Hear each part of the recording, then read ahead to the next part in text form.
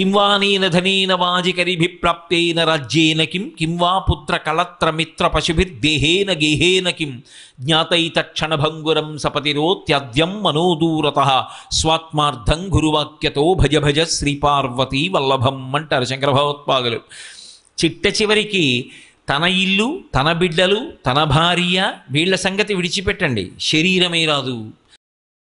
కల్లరి బొమ్మయవు కాయమ్మునొల్లా అద్దె కొంపలబోలు ఆ లోకముల్లా తను పెంచు దొంగలవు తనయులనొల్లా ఎందుకీ భోగమ్ములిందుకీ మురుపు ముందుచా ఉండంగ మురియంగనగునే అంటారు మానస పూజలో. నిర్దాక్షిణ్యంగా తన శరీరమే అగ్నిహోత్రంలో సంస్కరింపబడి కాలిపోతుంటే జీవుడు లేచి చూసుకుని బాధపడతాడు. అప్పుడు ఏమైంది? తనూభవుడు అంటే శరీరము నుండి ఉద్భవించిన వాళ్ళు ఎవరున్నారో వాళ్ళు పంచుకుంటారు దాన్ని. తనతో పట్టుకెళ్ళినది ఏముంది?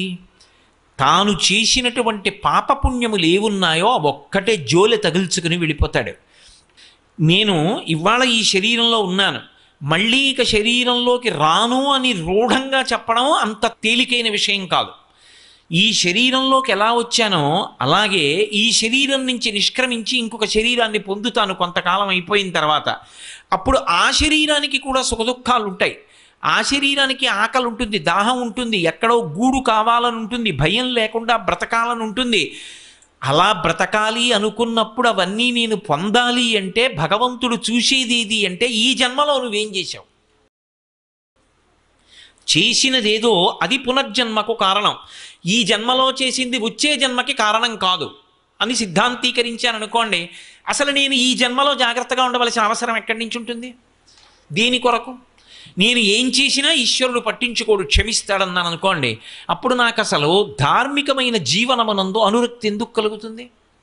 అందుకే సనాతన ధర్మం మనకు ప్రాణం ఎక్కడున్నది అంటే పునర్జన్మ సిద్ధాంతంలో ఉంది. నువ్వు చేసినవేవో అవి నువ్వే అనుభవించాలి, అందులో పంచుకోవడానికి ఎవరు రారు. అది నీ శరీరము ఖేదపడుతున్నా, నువ్వు బాధపడుతున్నా అది పంచుకోవడానికి మాత్రం ఎవ్వరు ఉండరు, మళ్ళీ నువ్వే అనుభవించాలి. అన్నప్పుడు ఎంతకాలం ఉండిపోతావు ఈ శరీరంలో? ఉండవు. ఉంటే 80 ఏళ్ళు ఉంటావు, 90 ఏళ్ళు ఉంటావు, వదిలిపెట్టాలి. వదిలిపెట్టిన తర్వాత మరి జీవుడి గతి? అప్పుడు జీవుణ్ణి లెక్కలోకి తీసుకోవాలి. తీసుకుని వీడు బాగుండాలి. వీడు బాగుండాలంటే ఇక్కడ ఏదో చెయ్యాలి. మీరు నన్ను ప్రశ్న వేస్తారు, నాకు తెలుసు. అందరికీ అన్నీ చేయడానికి డబ్బు ఉంటుందా అండి? అందరూ ఇలా హరిహర క్షేత్రాలు కట్టగలరా? అందరూ ఇలా వేదికల నిర్మాణం చేయగలరా అని అడగచ్చు. ఒక్కటి జ్ఞాపకం పెట్టుకోండి, అందరినీ దేవాలయాలే కట్టమని ఈశ్వరుడు ఎప్పుడూ చెప్పలేదు. ఏదో ఒక విభూతిని ఇవ్వకుండా మాత్రం ఈశ్వరుడు పంపడు. నీకు వాక్కు ఇచ్చాడా? నువ్వు పరమ సంతోషంగా భగవంతుణ్ణి కీర్తించు. నీకు 2 చేతులు ఇచ్చాడా? ఆనంద భాష్పాలు పడుతుండగా 2 చేతులు కైమోడ్చి నమస్కరించు. నీకు శక్తినిచ్చాడా? ఒక వృద్ధుడి చెయ్యి పట్టుకొని దారి దాటించు. నీకు ఒంట్లో బలం ఇచ్చాడా? దేవాలయానికి వచ్చి పొద్దున్నే దేవాలయాన్ని తుడు. నీకు ఓపిక ఇచ్చాడా? ఈశ్వరుడు కట్టి విప్పిన బట్ట పట్టుకెళ్ళి ఉతికి ఆరేసి పట్టుకొచ్చి మళ్ళీ దేవాలయంలో అప్పగించు. నీకు ఒక పాట పాడడం వచ్చా? ఈశ్వరుడి దగ్గర కూర్చుని రాజోపచారంలో పాట పాడు. నీకు వాద్యం మ్రోగించడం వచ్చా? వాద్యం ఘోషయామి అన్నప్పుడు వాద్యం మ్రోగించు. నీకు ఇవేమీ కాదా? వచ్చి కూర్చుని జపం చెయ్యి. అన్నిటిలోకి దేవాలయానికి చెయ్యగలిగిన మహోపకారం ఏమిటో తెలుసా? నేను ఆ మాట చెప్తే మీరు తెల్లబోతారు. ఒక గుడికి చేసే మహోపకారం ఏమిటి అంటే గుడికి వెళ్ళడమే. ఎందుకో తెలుసా? ఎంత పెద్ద గుడి కట్టనివ్వండి, ఎంత శోభస్కరంగా కట్టనివ్వండి, చుట్టుపక్కల ఉన్న వాళ్ళు ఎవ్వరికీ గుడి మీద శ్రద్ధ లేదు, ఎవరూ గుడిలోకి రారు. అప్పుడు ఆ గుడి ప్రయోజనం ఏమిటి?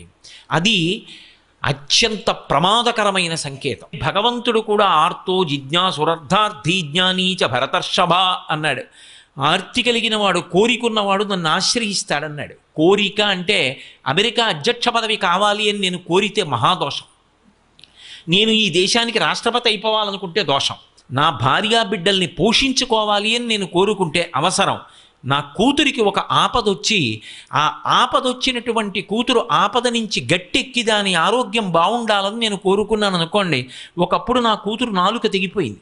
తెగిపోతే నేను నా కూతురు నాలుక అంటుకోదు అంటే అంటుకోవాలి అని ఎన్నో దేవాలయాలకి పాదయాత్రలు చేశాను. అది కోర్కె కిందకి రాదు. అతి కోర్కె కాదది, అది అవసరం. నా కడుపున పుట్టిన కూతురు బాగుండాలని నేను కోరుకోవాలి, అది అవసరం. అది ఏది అవసరమో అది కోర్కె కాదు, ఏది అవసరము కాదో దాన్ని అపేక్షించడం కోర్కె అవుతుంది. అప్పుడు అది ఇస్తే నువ్వు పాడవుతావా, ఇవ్వచ్చా ఇవ్వకూడదా అన్నది ఈశ్వరానుగ్రహాన్ని బట్టి ఉంటుంది. అందుకే వాంఛితార్థ ప్రదాయిని, ఇది నీకు ఇస్తే పాడవంటేనే అమ్మవారి ఇస్తుంది తప్ప ఇది అడిగాడు కదా అని ఇచ్చేస్తే వాడు పాడైపోతాడంటే అమ్మవారు ఇవ్వదు.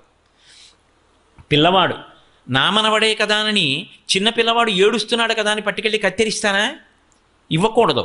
వాడు ఏడుస్తున్నాడు కదా అని కత్తిరిస్తే వేలు కత్తిరించుకుంటాడు వాడు. ఏమార్చి ఇవ్వకుండా ఉంటాను, ఏది అవసరమో అది ఇస్తాను. వాడు బువ్వ కావాలని ఏడుస్తున్నాడు అనుకోండి, ఎంత పనిలో ఉన్నా తీసుకొచ్చి వాడికి ఏదో ఒకటి పెడతాను.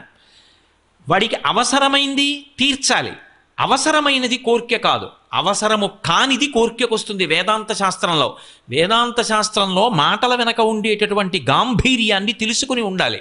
కాబట్టి మనకి కావలసినటువంటి ప్రాథమికమైన అవసరములు కూడా తీరలేదనుకోండి, తినడానికి అన్నం కావాలి, బట్ట కట్టాలి, ఉండడానికి ఒక ఆవాసం ఉండాలి. ఇవి ప్రాథమికమైనటువంటి అవసరాలు. ఇవి లేవనుకోండి, ఇది ఎవరికి లేవో వాడు కేవలముగా వాడొక్కడే దుఃఖపడడం, వాడిని ఆశ్రయించి ఉన్న వాళ్ళందరూ దుఃఖపడతారు. వాడి భార్య, వాడి బిడ్డలు, వాడి బంధువులు, వాడి స్నేహితులు అందరూ బాధపడతారు. అయ్యో పాపం వాడికి అన్నం లేదురా, తినడానికి అన్నం లేదురా, మొహమాటస్తుడు, ఎన్నాళ్ళు మనం పెడతాం, అసలు తిన్నాడో తినలేదో, ఇవాళ భోజనం చేశాడో చేయలేదో, ఎంత బాధపడతారు. అది అమ్మవారు ఐశ్వర్యాన్ని ఇచ్చేటప్పుడు దేని కారణంగా ఇస్తుంది అంటే పరాశర భట్టర్లు అంటున్నారు, ఈ పునర్జన్మ సిద్ధాంతాన్ని ప్రాతిపదిక చేసి మాట్లాడుతున్నారు ఆయన. ఏదో కేవల శ్లోక రచన కాదు, మహాత్ములు చేసినటువంటి శ్లోకాలు పరమ ప్రామాణ్యములై ఉంటాయి. యద్భ్రూభంగా ప్రమాణం స్థిరచర రచన తారతమ్యే మురారే. ఒకడు మహదైశ్వర్యవంతుడయ్యాడు, ఒకడు నిరుపేద అయ్యాడు. సృష్టిలో ఈ భేదం ఎందుకు రావాలి? అమ్మవారు పరమకారుణ్యమూర్తి కదా, అందరికీ సమానంగా ఇవ్వచ్చు కదా అంటే అది ఆవిడ దోషం కాదు. ఇవ్వడానికి ఆవిడ ఎప్పుడూ సిద్ధమే. కానీ వీడికి ఇచ్చింది వీడెప్పుడూ 10 మంది కోసం ఉపయోగించింది లేదు. తనది తనకే మిగిలిపోవాలని కోరుకున్నాడు తప్ప, తాను ఏదైనా చేస్తే దానికి తనకు ప్రతిఫలం ఉండాలని కోరుకున్నాడు తప్ప, నాకు ఏమీ అక్కర్లేదు, నేను ఇది ఈశ్వర ప్రీతి కొరకు చేస్తున్నాను,